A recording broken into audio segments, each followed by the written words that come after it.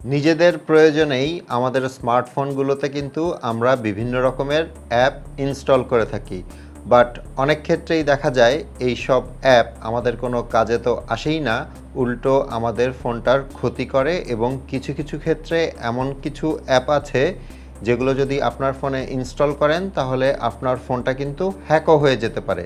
আজকের ভিডিওতে বলবো 7 ধরনের অ্যাপের কথা, যেই অ্যাপগুলো আপনার স্মার্টফোনের জন্য যেমন ক্ষতিকর তেমন আপনার জন্যও বিপজ্জনক।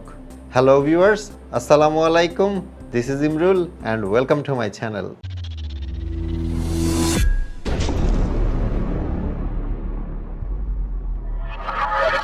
Welcome back. এখন 7 ধরনের যে বিপজ্জনক অ্যাপ নিয়ে কথা বলবো, তার মধ্যে প্রথমে যে ক্যাটাগরিটা আছে সেটা হচ্ছে ব্রাউজিং অ্যাপ।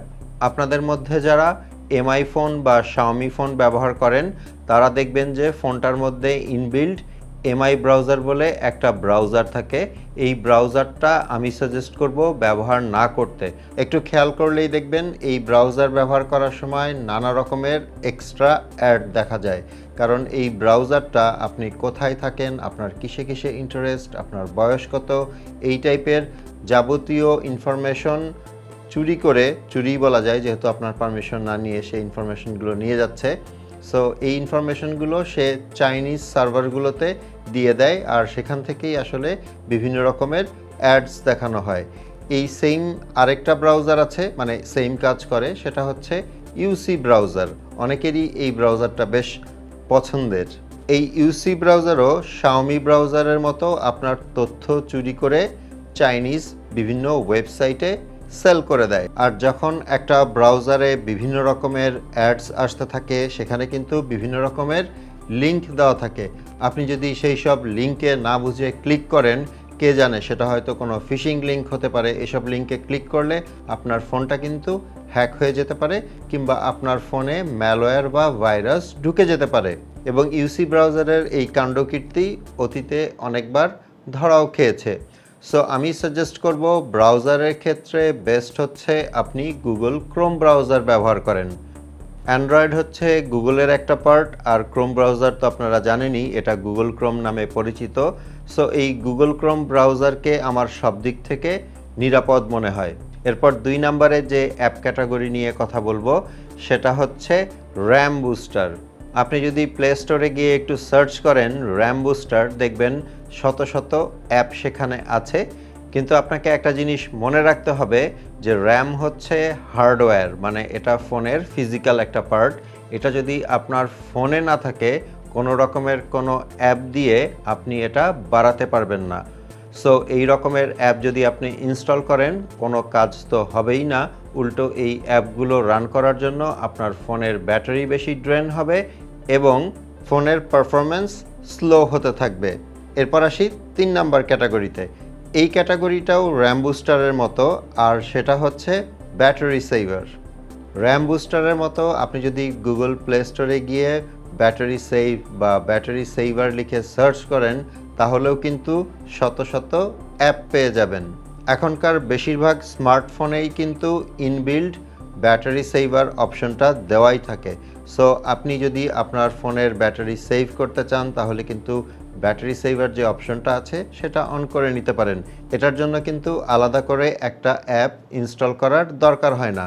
আপনি যখন একটা আলাদা অ্যাপ ইনস্টল করছেন, তার মানে এটা আপনার স্টোরেজের জায়গা নষ্ট করছে, আপনার ফোনের র্যাম ইউজ করছে, এবং উপরন্ত এটা ব্যাকগ্রাউন্ডের অলওয়েজ রান করছে। সো আপনার ফোনের ব্যাটারিও বেশি ড্রেন হবে এবং পারফরমেন্স অনেকখানি স্লো হয়ে যাবে। এরপর 4 নম্বরে যেটা আছে সেটা হচ্ছে শেয়ার ইট অ্যাপ। বেশিরভাগ মানুষেরই কিন্তু এই অ্যাপটা অনেক পছন্দের, মানে এক ফোন থেকে আরেক ফোনে ফাইল আদান প্রদান করার জন্য বেশিরভাগ মানুষ কিন্তু এই শেয়ার ইট অ্যাপটা ব্যবহার করে থাকেন। এটা যেহেতু একটা ফ্রি অ্যাপ, সো এটার মধ্যে অনেক অনেক অ্যাডস থাকে, এবং তার মধ্যে আজে বাজে অ্যাডের সংখ্যাও কিন্তু নেহায়েত কম না। ফ্রি অ্যাপে অ্যাডস আসবে, এটাই নর্মাল, কিন্তু এই অ্যাডসগুলোর মধ্যে অনেক হিডেন লিঙ্কস থাকে। সেই লিঙ্কগুলোতে যদি আমরা ক্লিক করি না বুঝে, অনেক সময় দেখা যায় এই লিঙ্কগুলো রিডিরেক্ট করে আপনাকে কোনো অ্যাডাল্ট সাইটে নিয়ে যাচ্ছে, কিংবা কোনো অ্যাপ ডাউনলোড করার সাইটে নিয়ে যাচ্ছে। সো এক্ষেত্রে কিন্তু আপনার ফোনটা রিস্কে পড়ে যায়। ব্যাপারটা এরকম হতে পারে যে আপনি শেয়ার ইট ব্যবহার করেন, সেখানে একটা অ্যাডস এসছে, আপনি সেখানে ট্যাপ করেছেন এবং সেটা আপনাকে রিডিরেক্ট করে এমন এক জায়গায় নিয়ে গিয়েছে যে আপনি বুঝে ওঠার আগেই আপনার ফোনে হয়তো কোনো কিছু ইনস্টল হয়ে গেছে। সো এসব ক্ষেত্রে অনেক কিছুই হতে পারে, আপনার ফোন হ্যাক হয়ে যেতে পারে, কিংবা আবারও ওই একই কথা যে আপনার ফোনে ম্যালওয়্যার বা ভাইরাস ঢুকে যেতে পারে। সো আমার সাজেশন থাকবে শেয়ার ইটের মতো অ্যাপ ব্যবহার না করা, কারণ এখনকার বেশিরভাগ ফোনে কিন্তু ইনবিল্ট একটা অপশন থাকেই যেটার মাধ্যমে আপনি ফাইল আদান প্রদান করতে পারেন, অথবা গুগল ফাইলস যেটা আছে সেটাও আপনারা চাইলে ব্যবহার করতে পারেন। এরপর 5 নম্বরে যে অ্যাপ ক্যাটাগরি আছে সেটা হচ্ছে অ্যান্টিভাইরাস অ্যাপ।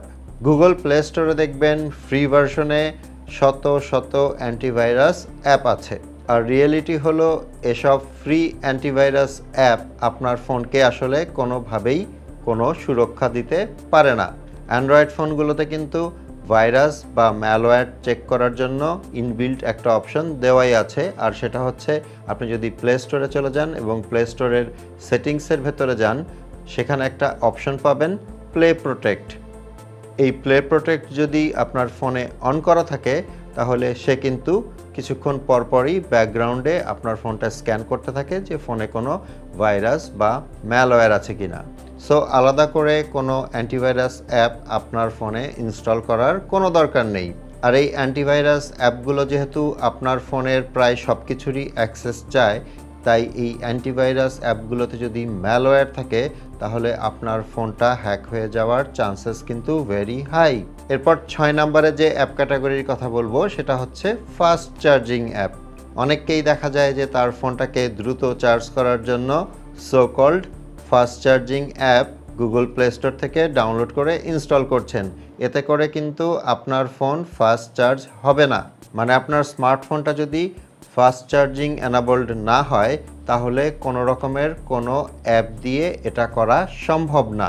সো শুধু শুধু এই অ্যাপগুলো ইনস্টল করবেন না, কারণ যখন আপনি ফোন চার্জ দিবেন তখন এই অ্যাপগুলো একটা ভুয়া অ্যানিমেশনের মাধ্যমে আপনাকে দেখাবে যে আপনার ফোনটা খুব দ্রুত চার্জ হচ্ছে।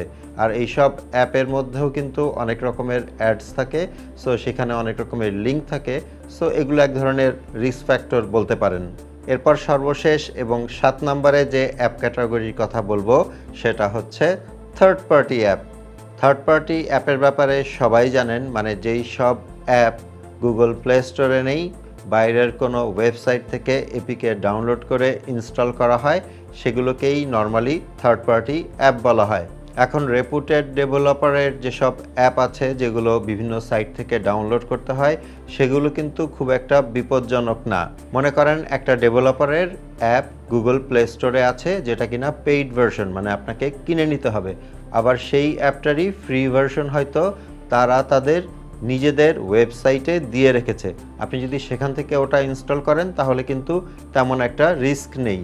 বাট একদম আননোন কোনো ডেভেলপারের কোনো অ্যাপ যদি আপনি তাদের ওয়েবসাইট থেকে কিংবা অন্য কোনো ওয়েবসাইট থেকে ডাউনলোড করে ইনস্টল করেন তাহলে ব্যাপারটা কিন্তু রিস্কের মধ্যে পড়ে যায়। কারণ কোন অ্যাপে কি আছে এবং তারা কি তথ্য আমাদের ফোন থেকে নিয়ে যাচ্ছে এটা কিন্তু আমরা বুঝতেও পারবো না। সো আমার মনে হয় সবারই উচিত এই 7 ধরনের অ্যাপ ব্যবহারের ক্ষেত্রে সতর্কতা অবলম্বন করা, আদারওয়াইজ আপনি কিন্তু বিপদে পড়ে যেতে পারেন। ভিডিওটা ভালো লেগে থাকলে একটা লাইক করে দিবেন। আপনাদের সাথে আমার দেখা হবে পরের ভিডিওতে ইনশাল্লাহ। সে পর্যন্ত সবাই ভালো থাকবেন। আল্লাহ হাফেজ।